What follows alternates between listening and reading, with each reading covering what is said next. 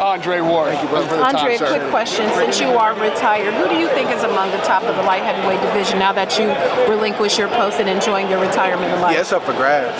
You know, when the division was left the way that it was, where the top guy retires, like it's time for everybody to try to fight it out. And I think that's what should happen when, you know, the dominant fighter leads. You know, I think probably the front runner is Kovalev, but we don't know what Kovalev has left from a psychological standpoint. Like, you know, he had a good win his last fight against Jeandra, but he did what he was supposed to do. But if I'm sitting back and I'm a guy that's going to fight him, or even if I'm the media, like, I want to see when you get into another tough situation, when it's back and forth and maybe what you're doing isn't working, like, will you revert back to what you did in the war fight, or have you truly changed? So I don't think we're really going to know until, you know, things kind of play out over time. So probably the next year or so, we'll get a better understanding of who the top dog is. From the outside looking in on the light heavyweight division, if you look at Kovalev and you look at Beterbiev and you look at all of the other top guys in the division, Adonis Stevenson, who do you think has the toughest resume to their point? Do you think Kovalev has a tougher resume? In terms of guys he's beat? In the path to where they are now, has Stevenson had a tougher resume? Has Kovalev have a tougher resume? Beterbiev, who do you think? I think hands down yourself? Kovalev. Yeah. He's fought the better competition by far. He's done it on the road.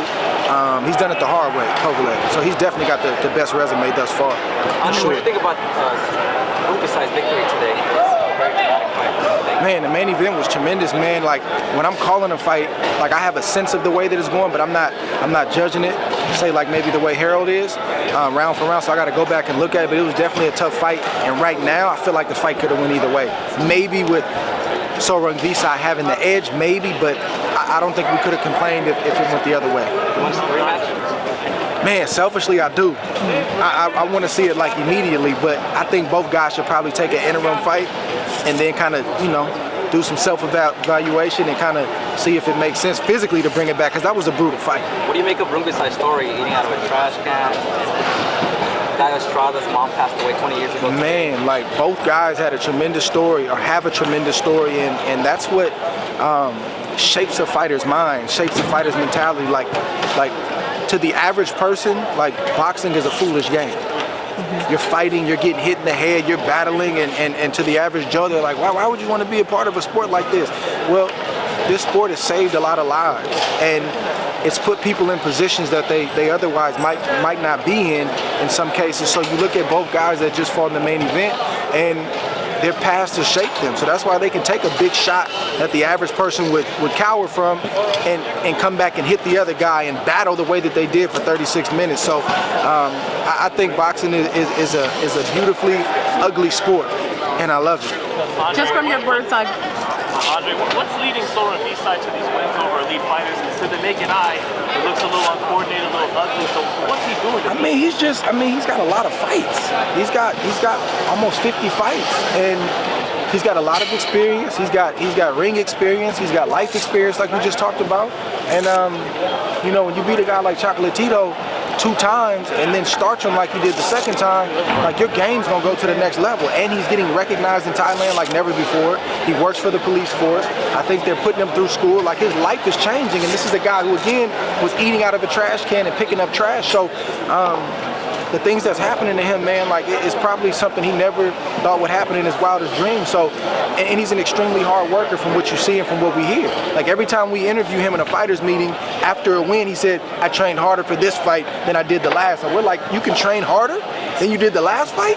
And he finds a way. So hats off to him. Andre, this issue with people that's there now, was that like a prelude to a fight? Man, I don't know, man. I think I got a lot of people going. You know, I had the opportunity to interview the young man and go watch him train, and we definitely talked about, you know, what a fight would have been like between me and him. And you know, I think we're gonna put that out this upcoming week. It was an intriguing interview.